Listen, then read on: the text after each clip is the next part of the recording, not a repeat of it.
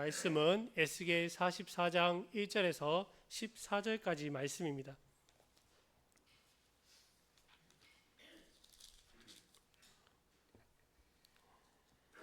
에스겔 44장 1절에서 14절의 말씀을 이제 제가 봉독하겠습니다. 그가 나를 데리고 성소의 동쪽을 향한 바깥 문에 돌아오시니 그 문이 닫혔더라. 여호와께서 내게 이르시되 이 문은 닫고 다시 열지 못할지니 아무도 그리로 들어오지 못할 것은 이스라엘 하나님 나 여호와가 그리로 들어왔음이라. 그러므로 닫아둘지니라. 왕은 왕인 까닭에 안길로 이 문 현관으로 들어와서 거기에 앉아서 나 여호와 앞에서 음식을 먹고 그 길로 나갈 것이니라. 그가 또 나를 데리고 북문을 통하여 성전 앞에 이르시기로 내가 보니 여호와의 영광이 여호와의 성전에 가득한지라. 내가 얼굴을 땅에 대고 엎드리니 여호와께서 내게 이르시되 인자야 너는 전심으로 주목하여 내가 내게 말하는 바 여호와의 성전의 모든 규례와 모든 율례를 귀로 듣고 또 성전의 입구와 성소의 출구를 전심으로 주목하고 너는 반역하는 자 곧 이스라엘 족속에게 이르기를 주 여호와께서 이같이 말씀하시기를 이스라엘 족속아 너희의 모든 가정한 일이 족하니라. 너희가 마음과 몸에 할례받지 아니한 이방인을 데려오고 내 떡과 기름과 피를 드릴 때에 그들로 내 성소 안에 있게 하여 내 성전을 더럽힘으로 너희의 모든 가정한 일 외에 그들이 내 언약을 위반하게 하는 것이 되었으며 너희가 내 성물의 직분을 지키지 아니하고 내 성소에 사람을 두어 너희 직분을 대신 지키게 하였느니라. 주 여호와께서 이같이 말씀하셨느니라. 이스라엘 족속 중에 있는 이방인 중에 마음과 몸에 할례를 받지 아니한 이방인은 내 성소에 들어오지 못하리라. 이스라엘 족속이 그릇 행하여 나를 따라할 때에 레위 사람도 그릇 행하여 그 우상을 따라 나를 멀리 떠났으니 그 죄악을 담당하리라. 그러나 그들이 내 성소에서 수종들어 성전 문을 맡을 것이며 성전에서 수종들어 백성의 번제의 희생물과 다른 희생물을 잡아 백성 앞에 서서 수종들게 되리라. 그들이 전에 백성을 위하여 그 우상 앞에서 수종들어 이스라엘 족속이 죄악에 걸려 넘어지게 하였으므로 내가 내 손을 들어 쳐서 그들이 그 죄악을 담당하였느니라. 주 여호와의 말씀이니라. 그들이 내게 가까이 나와 제사장의 직분을 행하지 못하며 또 내 성물 곧 지성물에 가까이 오지 못하리니 그들이 자기의 수치와 그 행한 바 간영한 일을 담당하리라. 그러나 내가 그들을 세워 성전을 지키게 하고 성전의 모든 수종들은 네가 그 가운데서 행하는 모든 일을 맡기리라. 아멘. 네, 오늘 본문부터는 이제 새로운 제사와 관련된 규례가 소개되고 있습니다. 하나님의 백성 이스라엘이 이제 이방 민족에게 패배하여 포로로 잡혀갔고 또 예루살렘이 성전이 무너지는 순간을 우리가 보았습니다. 하나님의 백성이 이방인들에게 이렇게 수치를 당한 이유는 매우 간단하고 또 분명했습니다. 그들이 성전에서 하나님께 제사를 드렸지만 잘못된 제사를 드렸기 때문입니다. 잘못된 제사는 성전을 더럽혔고 또 하나님을 욕되게 하였습니다. 그 결과 이스라엘은 하나님의 심판을 받게 되었습니다. 이스라엘 백성들이 다시 하나님의 백성이 되기 위해서는, 다시 회복하기 위해서는 하나님의 명령대로 지어진 새로운 성전에서 하나님께서 원하시는 새로운 제사를 드려야 했습니다. 그래서 새로운 제사, 특히 그 제사를 수종드는 사람에 대한 규례를 이제 오늘 본문에서 소개를 하고 있습니다. 이제 구체적으로 살펴보고자 합니다. 오늘 본문은 이제 1절에서 천사가 에스겔 선지자를 데리고 다시 성소의 동쪽을 향한 바깥 문, 그러니까 동문으로 돌아오는 장면으로 시작됩니다. 천사와 에스겔 선지자가 들어오니까 이제 그 문은 곧 닫혔습니다. 그리고 2절에서 하나님께서는 이 문이 다시는 열리지 않을 것이다, 열지 못할 것이다 라고 말씀하십니다. 다시 이 문을 닫고 다시 열지 아니하고 다른 사람이 쓸 수 없게 되는 이유는 바로 하나님께서 사용하신 문이었기 때문입니다. 하나님께서는 성전에 떠나실 때에 이 동문에 머물다가 떠나셨습니다. 동문을 통해서 하나님께서는 떠나셨고 그리고 다시 이 동문을 통해서 성전으로 돌아오셨습니다. 다시 돌아오신 하나님께서는 자기가 들어온 그 동문을 영원히 닫으십니다.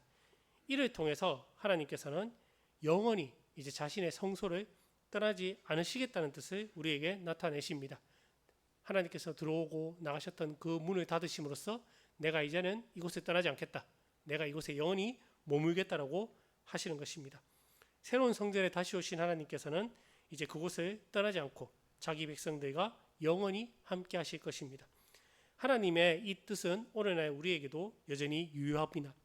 우리 안에 거하시는 성령 하나님께서도 우리 곁을 떠나지 않고 영원히 내주하신다고 말씀하셨고 또 실제로 그렇게 하고 계시기 때문입니다. 그리고 3절을 보시면 이 폐쇄된 동문과 관련된 이제 왕의 규례를 제시하고 있습니다. 아무리 신분이 높은 왕이라고 할지라도 하나님께서 들어오신 동문으로는 성전에 출입할 수 없었다는 사실을 또 우리에게 알려주고 있습니다. 이는 인간이 아무리 높은 자리에 오르고 아무리 높은 건설을 가져도 하늘과 땅을 다스리시는 하나님 위에는 설 수 없는 존재임을 우리에게 보여줍니다. 그렇기 때문에 왕이라도 하나님께서 다니신 그 동문으로는 다닐 수가 없는 것입니다. 그리고 하나님께서는 왕에게 폐쇄된 동문에 앉아서 음식을 먹으라고 말씀하십니다. 이는 왕이 하나님의 임재를 늘 의지하며 살도록 하기 위한 조치였습니다.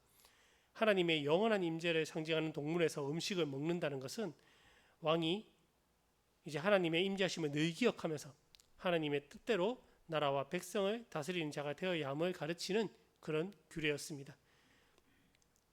이어서 4절부터 8절까지의 말씀에서는 이스라엘 백성들이 하나님 앞에 저지른 죄악에 대해서 명시적으로 지적하는 내용들이 나옵니다. 그렇다면 이스라엘 백성들이 하나님 앞에 어떤 죄악을 저질렀는가? 이제 6절을 보시면 하나님께서는 이스라엘 백성들을 반역하는 자라고 말씀하십니다. 따지고 보면 이스라엘 백성들은 하나님 앞에 자주 반역을 일으켰습니다. 이스라엘 백성들은 이집트를 탈출한 후에 광야에서 끊임없이 하나님의 인도하심에 대해 불평하고 불만을 제기하고 또 하나님께서 세우신 지도자 모세에게 반기를 들었습니다. 하나님의 말씀을 듣기를 거부하고 또 선지자를 통해 회개를 촉구하는 하나님의 목소리에 귀를 닫고 오히려 그 선지자를 배척했습니다. 성전에 하나님을 모시고도 우상을 숭배했고 또 형식적인 제사를 드림으로 하나님의 성전을 더럽혔습니다. 이 모든 일들은 이스라엘 백성들을 사랑하셔서 끝까지 인도하셨던 하나님께 대한 반역이었고 또 하나님 보시기에 가증한 일들이었습니다. 7절부터는 하나님께서 말씀하시는 이 가증한 일이 어떤 것인지에 대한 구체적인 사례 중에 하나가 등장합니다. 바로 이스라엘 백성들이 거룩하신 하나님의 성전에 마음과 몸의 할례를 받지 않은 이방인들을 데려왔다는 것입니다. 게다가 이스라엘 백성들은 이 이방인들을 단순히 데려온 것에 그치지 않고 그들로 하여금 성전에서 직무를 수행하게 하였습니다. 그런데 이방인들이 성전에 들어와서 직무를 수행하는 것 자체는 잘못된 일이 아닙니다. 이방인들도 몸과 마음의 할례를 받으면 이스라엘 백성으로 인정을 받을 수가 있었고 성전의 직무를 담당할 수가 있었기 때문입니다. 태어난 지 8일 만에 몸의 할례를 받았고 또 신명기 30장 말씀에 따라서 마음을 다하고 뜻을 다하여 하나님 여호와를 사랑하면 마음의 할례를 받은 것이 됩니다. 다시 말해서 몸과 마음의 할례를 받았다라는 말은 하나님을 믿는 믿음과 또 신앙이 있다는 뜻입니다. 그런데 이 할례를 받지 않았다. 그런 말은 결국 하나님에 대한 신앙이 전혀 없음을 의미합니다. 하나님께 대한 신앙이 전혀 없는 이방인들이 성전에 들어와서 하나님께서 이스라엘 백성들에게 맡기신 직무를 담당하고 있었다는 겁니다. 하나님께서는 이방인들이 성전에 출입하는 것 자체를 문제 삼으신 것이 아니라 할례를 받지 않은 이방인들이 성전에 출입하며 거룩한 성전의 직무를 감당한 것을 이제 가증스럽게 여기신 것입니다. 이것은 율법에 위배되는 일이었습니다. 거기다가 하나님께 이제 떡과 기름과 또 피를 드릴 때에 할례 받지 않은 이방인들을 무려 성소안에 있게 하였습니다. 기름과 피는 제사에서 가장 중요한 요소였습니다. 피는 하나님께서 동물의 죽음을 통해 제사를 드리는 사람의 죄를 용서하셨다는 것을 상징하였습니다. 그리고 기름은 화목 제사에서 바쳐진 희생제물의 부위 중에 하나님께 드리는 가장 귀한 부위였습니다. 그리고 내 떡이라는 표현을 통해서 이 피와 기름으로 드리는 제사가 하나님의 것임을 강조합니다. 자, 그런데 하나님께 드리는 이 중요한 제사가 드려지는 장소에 하다못해 이제 제사장들만이 출입할 수 있는 곳이 또 성소였는데, 바로 그곳에 이스라엘 백성들은 할례 받지 않은 이방인들을 들여 놓았다는 것입니다. 하나님께서는 그분께 드리는 제사가 특별히 거룩히 구별되기를 바라십니다. 그리고 그 제사가 몸과 마음의 할례를 받은 자들에 의해서 정결하게 드려질 것을 또한 요구하십니다. 그리고 이렇게 드릴 때에 그 제사가 하나님께서 즐거이 받으시는, 기뻐 받으시는 제사가 된다고 말씀하십니다. 자, 그런데 이스라엘 백성들은 이방인들을 성소에 머무르게 하여 제사의 거룩함을 훼손하고 하나님께 드리는 제사를 거룩하게 드리지 아니하고 형식적으로 드림으로써 하나님의 명령을 거역하였습니다.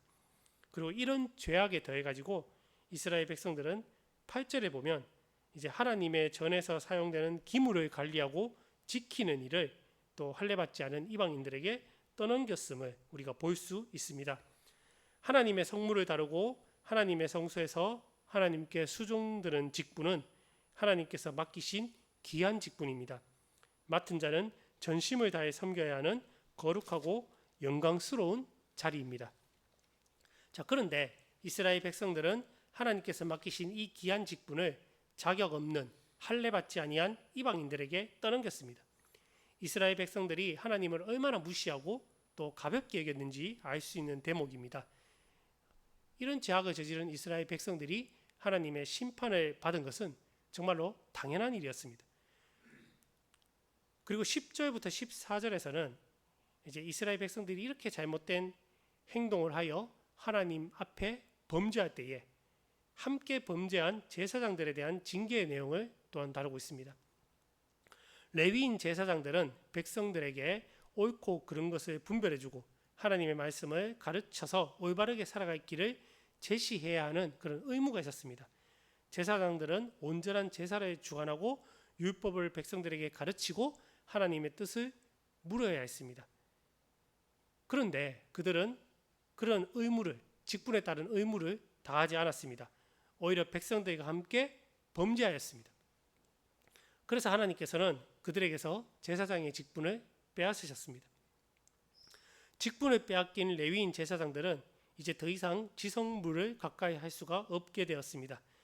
그리고 그들이 자격 없는 이방인들에게 시키던 일들을 직접 감당해야 했습니다. 백성을 수종들어 희생제물을 잡아야 했고 또 성전 문을 지켜야 했습니다. 백성을 수종들어 제사에 사용할 희생제물을 잡고 또 성전 문을 지키는 일들은 모두 귀한 사역이었고 영광스러운 일이었습니다. 그런데 이스라엘 백성들과 제사장들은 하나님께서 특별히 그들에게 허락하신 이 귀한 직분을 하찮게 여기고 할례 받지 않은 이방인들에게 맡겼습니다. 이 죄악에 대해 하나님께서는 제사장의 직분을 빼앗고 그들이 하찮게 여기던 직분을 맡기심으로 그들을 징계하였습니다. 그런데 한편으로는 이거는 심판이 아니라 하나님의 자비하심을 나타내기도 합니다. 왜냐하면 제사장들이 죄악을 하나님 앞에 죄악을 저질렀음에도 불구하고 이들이 성전에서 쫓겨나지 않았기 때문입니다. 하나님께서는 그들을 다시 세우셨습니다. 다시 세우셔서 성전의 모든 수종들은 이가 그 가운데 하는 모든 일을 맡기셨습니다. 이것을 보았을 때 하나님께서 이 제사장들을 심판하셨지만은 징계하셨지만은 한편으로는 그들에게 은혜와 자비를 베푸셨다는 것을 우리가 알 수 있습니다.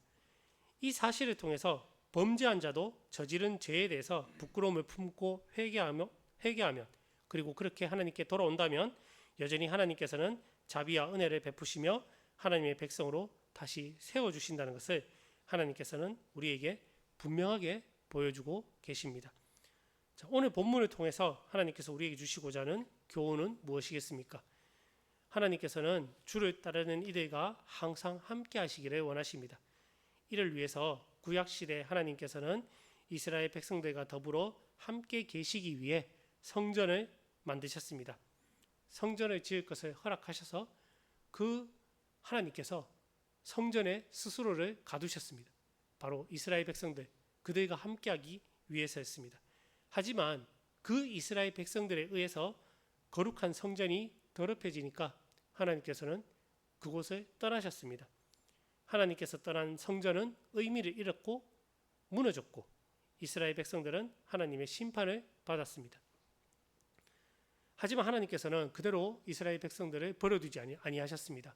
다시 돌아오셔서 새로운 성전을 세우시고 또 그 안에 계십니다. 그래서 이스라엘 백성들, 회개한 이스라엘 백성들과 다시 영원히 함께 하시겠다고 약속하시고 또 그렇게 하십니다.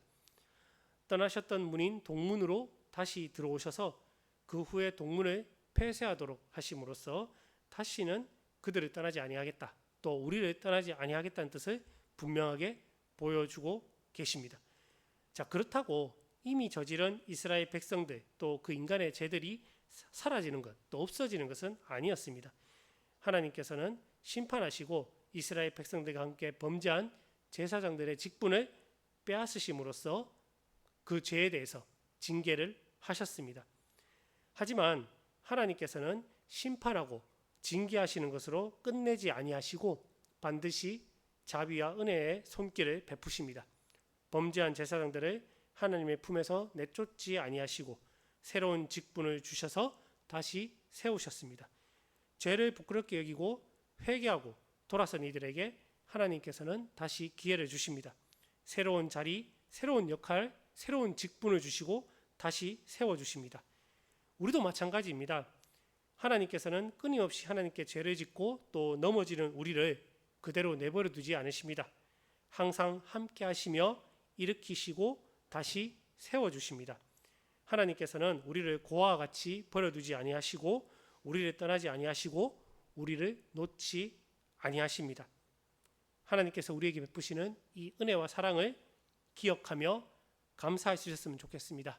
거기에 응답하여 하나님께서 우리 각자에게 맡기신 직분을 잘 감당하며 하나님께서 원하시는, 하나님께서 기뻐하시는, 또 하나님께서 즐거워하시는 온전한 예배, 또 온전한 제사를 드릴 수 있는 그런 저와 여러분 다 되시기를 간절히 바랍니다. 기도합시다. 하나님 아버지, 저희는 항상 넘어집니다. 또 저희는 연약합니다. 저희의 이 연약함과 악함을 불쌍히 여겨 주시옵소서. 자비와 은혜를 베푸사 저희를 버리지 마시고 다시 기회를 주시고 세워 주시옵소서. 맡기신 직분을 잘 감당할 수 있도록 하여 주시옵고 주님 앞에 온전한 예배 드릴 수 있도록 허락하여 주시옵소서. 우리 주 예수 그리스도의 이름으로 기도드리나이다. 아멘.